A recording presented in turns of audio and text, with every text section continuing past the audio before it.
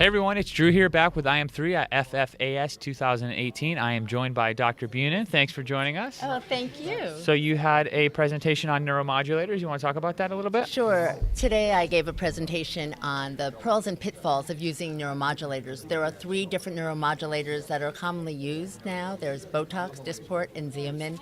They all have a little different onset, a couple of different things to it, but it's really about choosing what to use where and how to do it. Same thing as what I've presented on fillers. It's where do you use it, what works the best.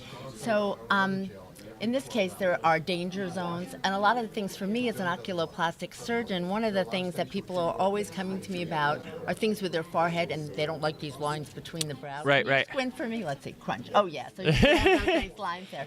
Well, the problem is that if you just do this part, right, and you try to go across here, many times people have asymmetries, and you have to be aware that the eyebrow is the curtain rod, okay, and the eyelid is the curtain. So people lift their brows sometimes because their lids are droopy, and people don't realize that. Okay. So you really have to look at each person and know the anatomy, and it shouldn't be cookie cutter. The other thing that was very interesting is when you use larger doses, we're finding that it lasts longer than the 3 months. And so a lot of people do the very, very low dose, but then it works only for 2 to 3 months. Right. And if you use a little higher dose, we've been getting longer lasting in areas. So talk to me a little bit about the approach. There's so many neuromodulators, fillers out in the market. Talk to me about the approach of which ones you use for which patients, or, you know, is there different situations or? Oh my goodness, that's a long question. I know, There's right? so many things involved. When it comes to the neuromodulators, they are not super different in terms of that they all do the same thing of relaxing the muscle. Okay. And so when you relax the muscle, so I like to explain, so you have wrinkles at rest, like look at my material, but when I move and I get more wrinkles, those wrinkles of movement, that's what neuromodulators work on. And so I'm not changing this material, I'm not changing the volume. All I'm doing there is relaxing so that the creases don't form when the muscle moves. Gotcha. Okay, that's a great analogy. Versus filler. Now, filler is totally different. Filler is used to reinflate. So if you think about a balloon, like a hot air balloon with all those pretty colors on the outside, that's the material. As it loses volume and deflates, you get wrinkling. So that wrinkling is from deflation, then the neuromodulator is not going to work on that because it's not a muscle issue. Okay. So if you instead reinflate, you can make a person look younger and more rested, and in 3 dimensions. We always, when we look in a mirror, we look straight ahead, and we don't really realize that a lot of times it's the 3/4 view. Sure, the nice sure. curve of the cheek, the way the brow is up higher. As we lose volume, we're losing volume in fat, muscle, but people didn't even realize we're losing volume in bone.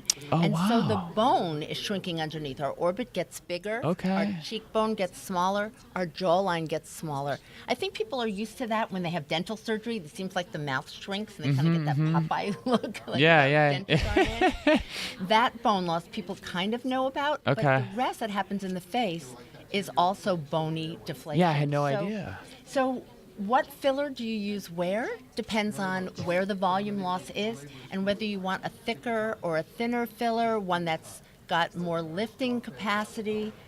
And you can place the same filler in a different part of the face and get it lasting a different amount because it has to do with how quickly the body breaks it down.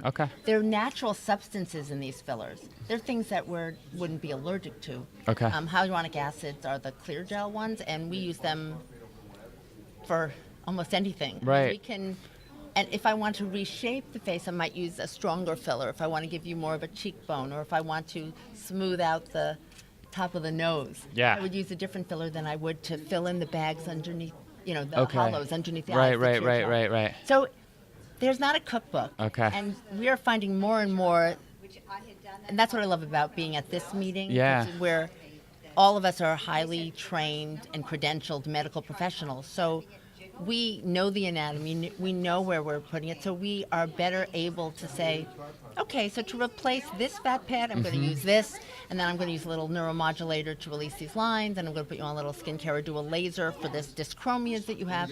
It's all about knowing what to do where you are. Okay, cool. All right, last question then. So you touched a little bit about the different kind of specialties that are represented here at this meeting.